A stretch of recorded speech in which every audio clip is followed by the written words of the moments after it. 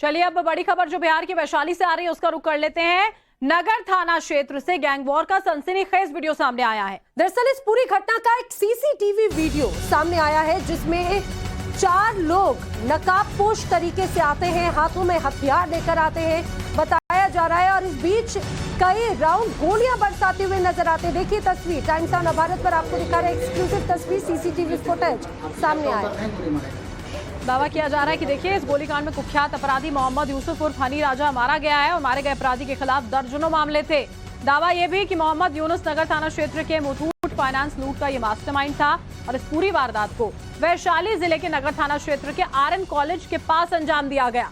अब आप तस्वीर एक बार फिर से देखिए किस तरह से, जो दूसरी तस्वीर आप देख रहे हैं, 2 लोग 2 अलग अलग बाइक पर 4 लोग सवार होकर आते हैं और एक के बाद एक ताबड़तोड़ गोलियां बरसाना शुरू कर देते हैं। जिस तरह से ये पूरी वारदात सामने आई है, देखिए किस तरह से अपराधियों ने मोहम्मद यूनुस को 7 गोलियां मारी। पुलिस हत्याकांड के बाद में जांच पड़ताल में जुटी हुई है, लेकिन ये एक तस्वीर है वैशाली की। इसके अलावा बिहार के अलग अलग इलाके से लगातार जो तस्वीरें सामने आ रही हैं वो बताता है कि बिहार में क्राइम आउट ऑफ कंट्रोल है। बिल्कुल, चाहे सिवान हो, समस्तीपुर हो, पटना हो, वैशाली हो, स्थिति एक जैसी बनी हुई है। जो भी बदमाश है वो बिल्कुल बेखौफ नजर आते हैं। चाकू गोद कर सिवान में किसी की हत्या कर दी जाती है और इसी तरह से अंजाम देते हुए हमलावर अपने मंसूबों को।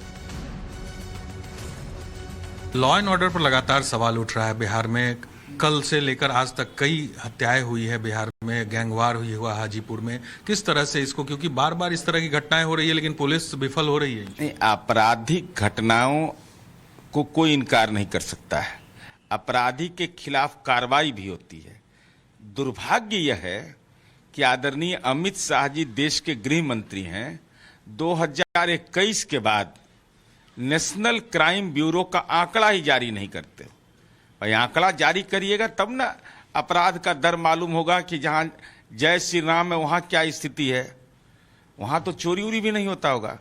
यूपी में कहा चोरी छिनतई भी नहीं, कभी गाली गलौज भी नहीं, एकदम नहीं। वहां तो एकदम कहीं भाजपा शासित प्रदेश में कहीं भी अपराध की घटना गलती से नहीं हो सकता है। और वहां ताला भी अब लोग नहीं लगा रहा है।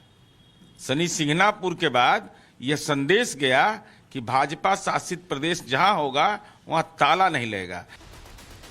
कुमार इस समय हमारे साथ में जुड़े हैं। साकेत, आपने जेडीयू के नेता नीरज कुमार से बात की, उन्होंने बहुत ही तंज भरे अंदाज में एक तरह से बीजेपी पर निशाना तो साधा, लेकिन शायद उनके पास में बिहार को लेकर आउट ऑफ कंट्रोल होते हैं, इस पूरे क्राइम को लेकर उनके पास में शायद ना कोई जवाब है ना कोई रोड मैप है। एक के बाद एक कई ऐसी घटनाएं सवाल खड़े करती है बिहार के प्रशासन पर।